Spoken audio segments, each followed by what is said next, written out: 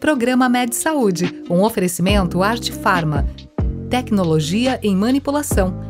MHV Cardio, cuidando bem do seu coração. Olá, estamos aqui para mais um Med Saúde, que está aqui com o meu querido amigo Arthur Avelino Vieira de Oliveira, médico cirurgião geral, gastrocirurgião, falando sobre cirurgia abdominal no século XXI. Esse é o segundo programa e, claro, eu não ia deixar o Arthur ir embora sem falar para a gente detalhes, ele que é um apaixonado pela videocirurgia. A gente falou da cirurgia, da videocirurgia, da cirurgia minimamente invasiva, mas como é que funciona isso? Quer dizer, como é que você consegue abordar, né? Eu mostrei anteriormente uma pinça, né? Como que essa pinça vai trabalhar dentro de uma cavidade abdominal se você não tiver espaço?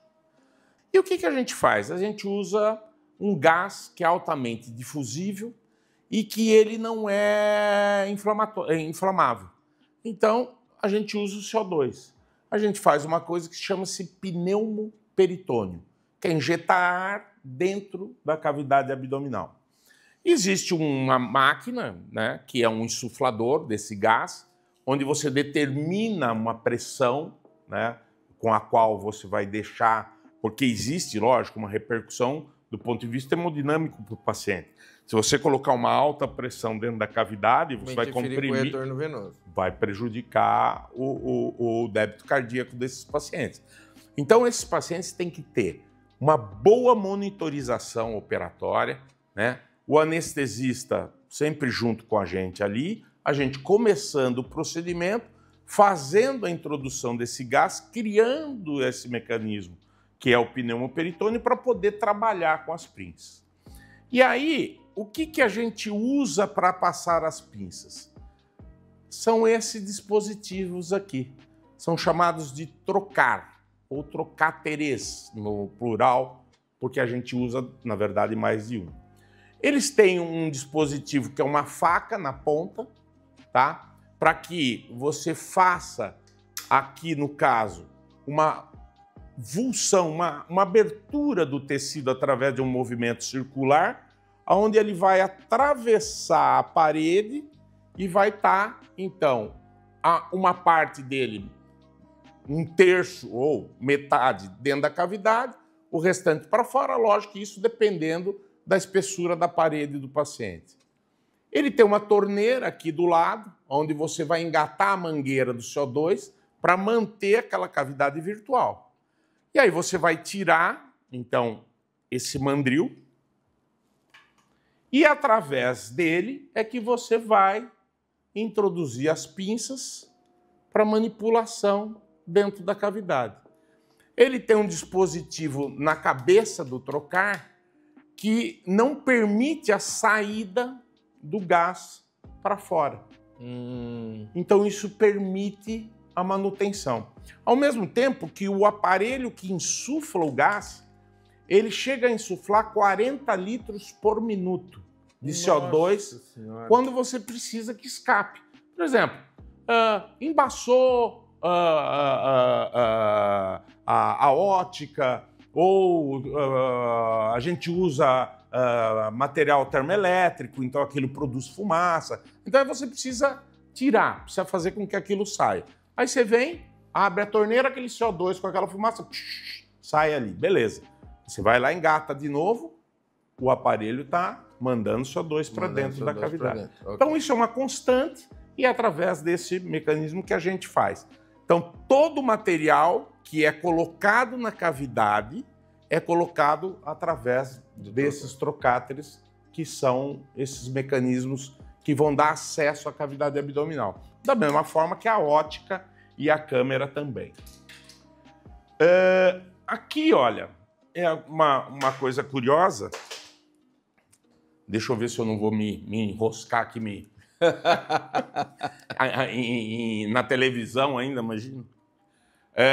Isso aqui é um material de hemostasia. Então ele tem um dispositivo da ponta, né, que ele usa como um dissector, mas ele trabalha como um selante de vaso. Ele sela vaso até de 6 milímetros. Tá? Que legal. Então, isso aqui, você ganha um tempo na cirurgia muito grande. E com o desenvolvimento disso aqui para a laparoscopia, porque nós tínhamos, lógico, a dificuldade do acesso hemostático, por exemplo, para algumas ligaduras. Quer dizer, como é que você vai fazer a ligadura? Né? Você está com a cavidade fechada, você não tinha abordagem para passar um fio e ligar lá. Então eles desenvolveram tecnologias, essa é uma pinça selante de vaso, tem uma pinça que ela é harmônica, ela é como um ultrassom, ela vibra numa proporção e transmite calor para aquela estrutura, que também acaba selando e cortando vasos de até 6 milímetros.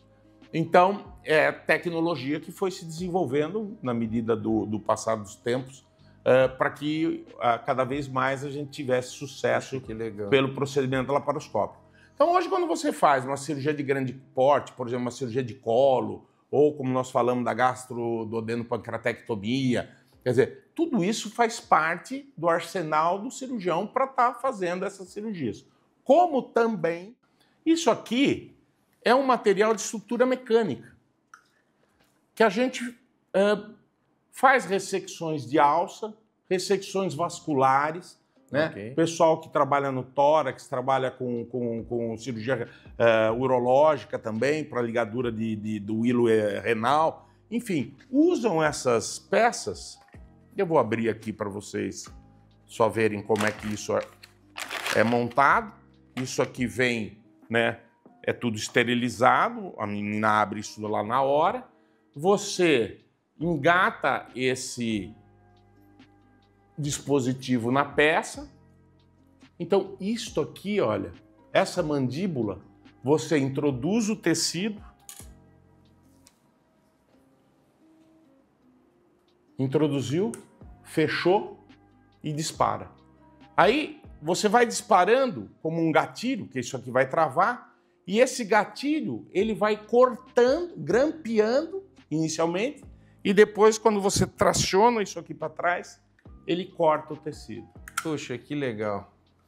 Que legal. Entendeu? Então, ele tem uma linha, ele tem, lógico, de acordo com a cor, né? É um número de linhas de sutura, e de grampos que ficam ali. São grampos de titânio, né? Isso praticamente depois desaparece na alça, né? Porque acaba muitas vezes ganhando a luz do aparelho digestivo e aquilo você acaba eliminando. Em estruturas vasculares, como no pulmão, como no hilo renal, muitas vezes você olha, fica ali aquelas linhazinhas de grampo ali no local. Tá? Então, isso é tudo arsenal para fazer a cirurgia. Então, por isso consegue-se fazer essa cirurgia. Não teria como a gente fazer uma cirurgia mais complexa se não tivesse o desenvolvimento desse material que a gente usa atualmente. E tudo isso você viu acontecer, né, Arthur? Porque quando vocês começaram, estava muito rudimentar e isso foi um investimento enorme da indústria para que esse material fosse sendo feito e hoje com uma enorme segurança. Foi. A questão das hérnias também, resolver hérnia por laparoscopia, como é que você vê isso? É sensacional, né? Eu tive também a oportunidade, nós temos na cidade um grande colega, um grande amigo, um grande cirurgião, que adora a hérnia, né, que é o Marcelo Furtado, a quem eu tenho muito respeito como profissional.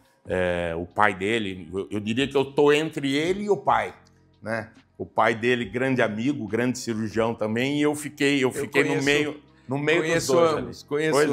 E as hérnias, elas foi uma coisa muito interessante, porque aquilo foi sendo desenvolvido meio marginalizado assim na cirurgia laparoscópica, que muita gente a cirurgia de colo, apêndice, vesícula, refluxo gastroesofágico, e ali a hérnia foi meio que ficando ali e de repente, opa, por que não operar hérnia por via laparoscópica?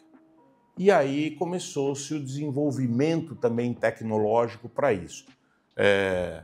Uso das telas, que são telas um pouquinho diferentes das telas que a gente fazia para a cirurgia aberta, nas técnicas tipo Liechtenstein, né, que você coloca a tela E eu opero até hoje cirurgia aberta com uso de tela, tanto para cirurgia aberta como para cirurgia laparoscópica. Porque do mesmo jeito, como eu te disse, mais do que na vesícula, hoje tem colega médico que acha que, não, eu não quero fazer cirurgia da minha hérnia por vídeo. Eu prefiro fazer convencional. Mas é questão de conceito do indivíduo, beleza, eu respeito, a gente faz dos 2 métodos, então não tem nada. Mas não tenha dúvida que o resultado para as hérnias laparoscópicas do ponto de vista de pós-operatório é muito melhor, né? Mais uma vez, em relação à doença inflamatória, né?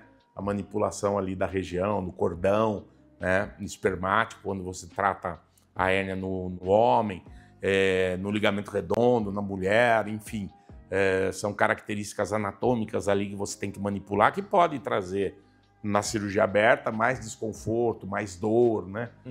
Maior risco de sangramento, coisa que isso é minimizado quando você faz as cirurgias de hérnia laparoscópica.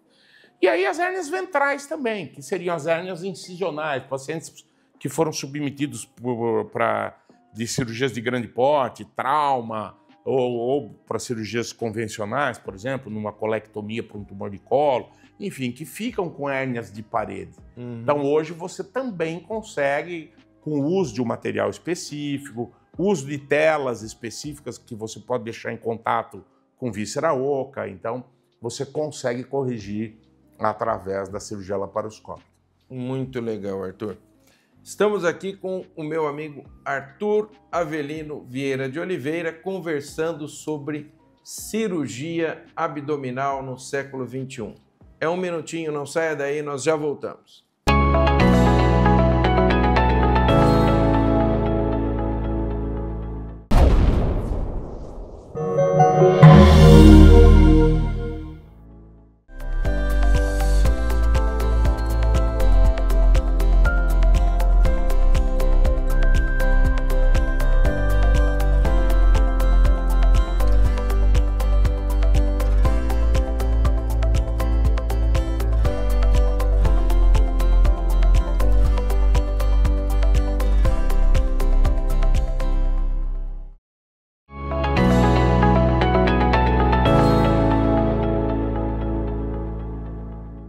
Estamos de volta para o segundo bloco desse programa, falando com meu amigo Arthur Avelino sobre cirurgia abdominal no século XXI. Arthur, falamos bastante, você deu uma aula para todos nós sobre a questão da laparoscopia.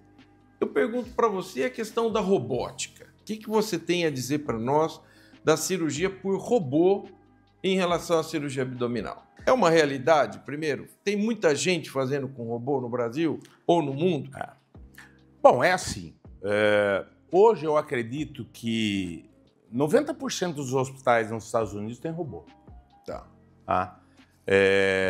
Nós temos hoje aqui, há um ano atrás, eu tive em contato com o pessoal da empresa que fornece os robôs para a rede. Nós estávamos com 100 robôs no Brasil. Tá. O robô, ele custa 3 milhões de dólares. O robô. A R$6 o dólar dá 36 milhões de reais um robô. Num robô. Okay. Então, para vocês entenderem o que é isso. Lógico que teve um tempo, porque como é que apareceu a história do robô, né? O robô era uma coisa para o cara operar à distância numa guerra.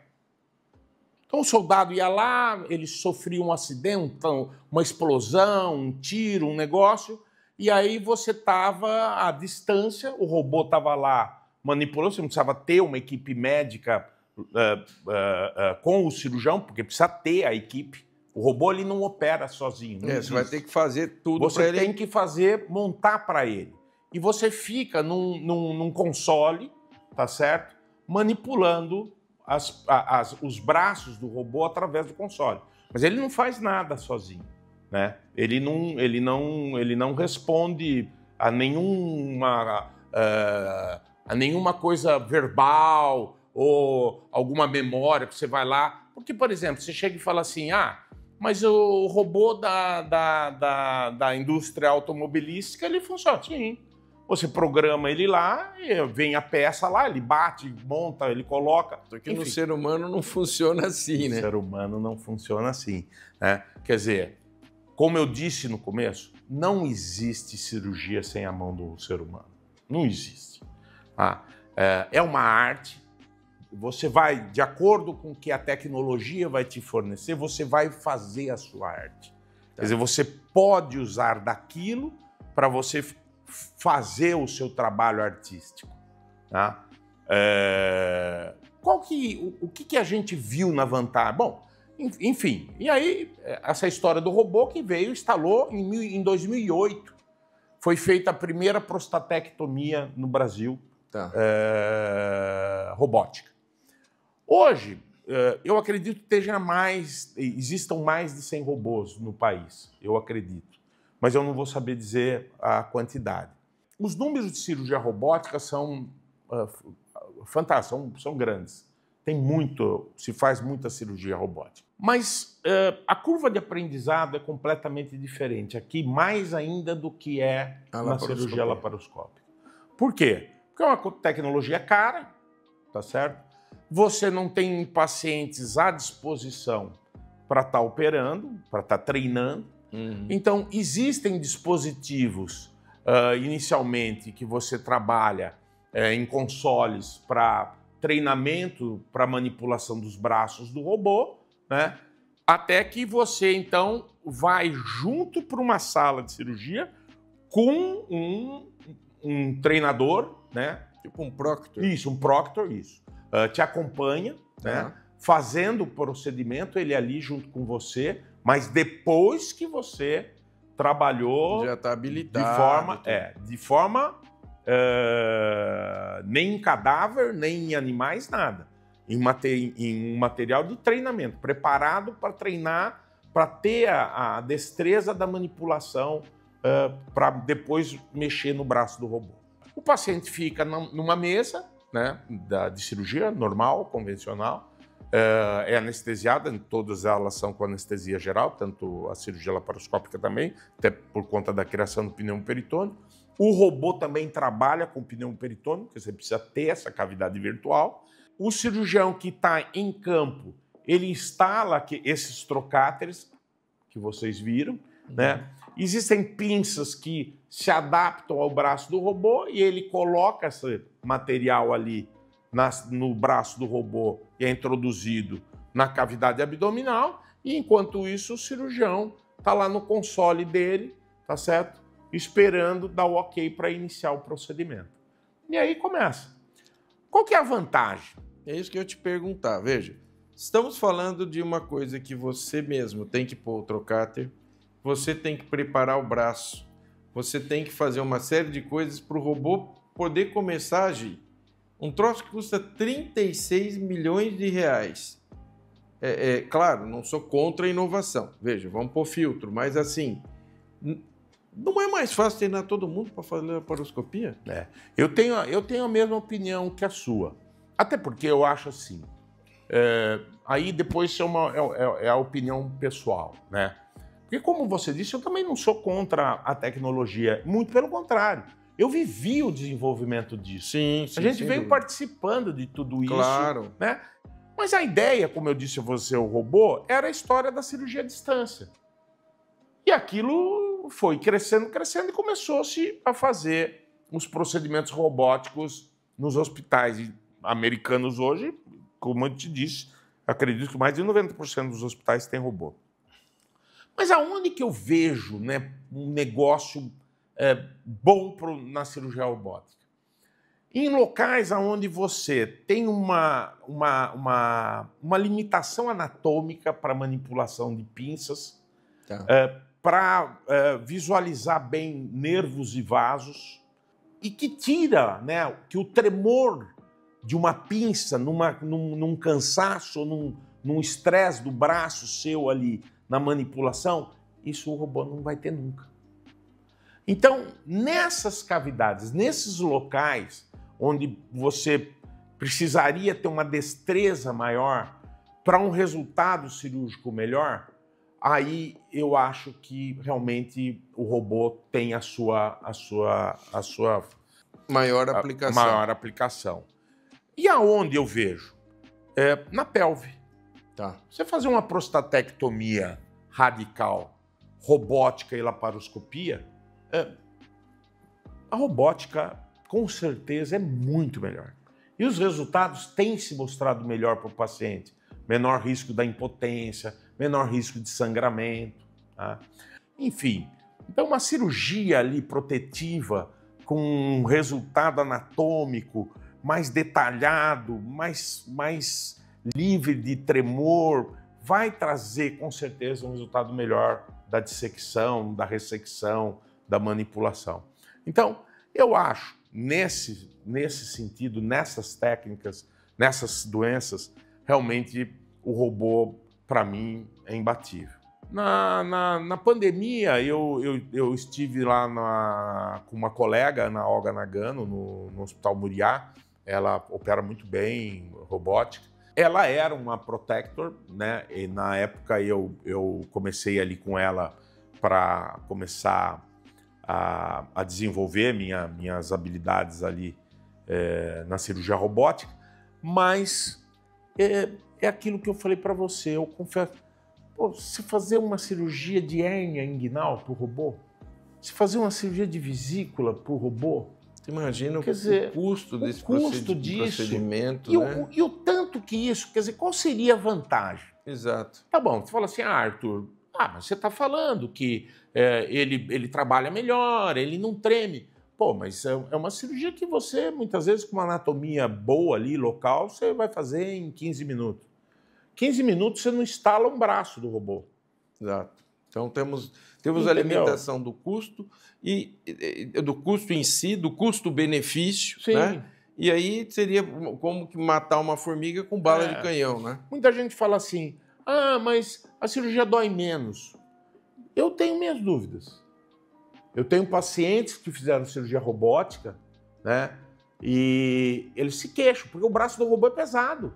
Olha que interessante. Essa é uma então, coisa que ele trabalha, ele faz uma força na musculatura. Se o cara é um cara que malha, que ele tem uma musculatura forte, né? Firme, ele sente. Isso não muda muito com relação à cirurgia laparoscópica. Olha que interessante. Entendeu? Eu tenho, assim, de pessoas que operaram, que voltaram, eu falei, e aí? Aí ele falou, a turma fala de sangramento, né? Mas o material hemostático é praticamente o mesmo. Quer dizer, a vantagem o que seria ser 3D? Então aí sim, naquela cavidade onde eu falei para você, onde a gente tem dificuldades de acesso, muitas vezes até de manter uma luminosidade, uma clareza de descrição anatômica, né? Eles lançaram agora até na cirurgia, material fluorescente para destacar estrutura vascular para você operar. Olha que interessante. Quer dizer, então as coisas estão indo. A inteligência artificial, ela vai chegar uma hora e vai falar assim para você, viu? Não é aí. Ela não vai operar. Ela vai te indicar. Ela vai te falar, olha, vai acontecer algum trauma ali. Se você continuar ali, vai dar ruim. Vai dar ruim, entendeu? Isso eu acredito que aconteça. Mas nada supera a mão e a experiência do profissional quando faz aquilo que ele está acostumado a fazer, não tem. Mas os robôs eu acho que eles vão baratear. Né? Caiu a patente. Só para vocês, eu não sei se fica, se dá para ver bem, né? Mas isso é um robô. Tá? Então ele não tem cabecinha, ele só tem braço. A cabecinha é nossa, né? Entendeu? A cabecinha é a nossa, que tem que pôr junto. Tá? As mãos e a cabecinha. Ele só tem os braços, né? Então, para vocês entenderem isso aí. E ele tem... Aí não sei se... Aqui é a imagem à distância, não sei se depois vocês podem aproximar, mas aqui é o robô trabalhando e aqui o REC é onde... Você fica ali brincando onde você com o joystick. Fica no joystick, que é um joystick mesmo, onde você fica mexendo ali. Muito bem. Estivemos aqui com Arthur Avelino de Oliveira falando sobre cirurgia abdominal no século XXI. Eu aprendi muito, tenho certeza que você também. Esse é o Med Saúde, o nosso encontro semanal com a saúde. Nós esperamos você. Programa Med Saúde, um oferecimento Arte Farma, tecnologia em manipulação. MHV Cardio, cuidando bem do seu coração.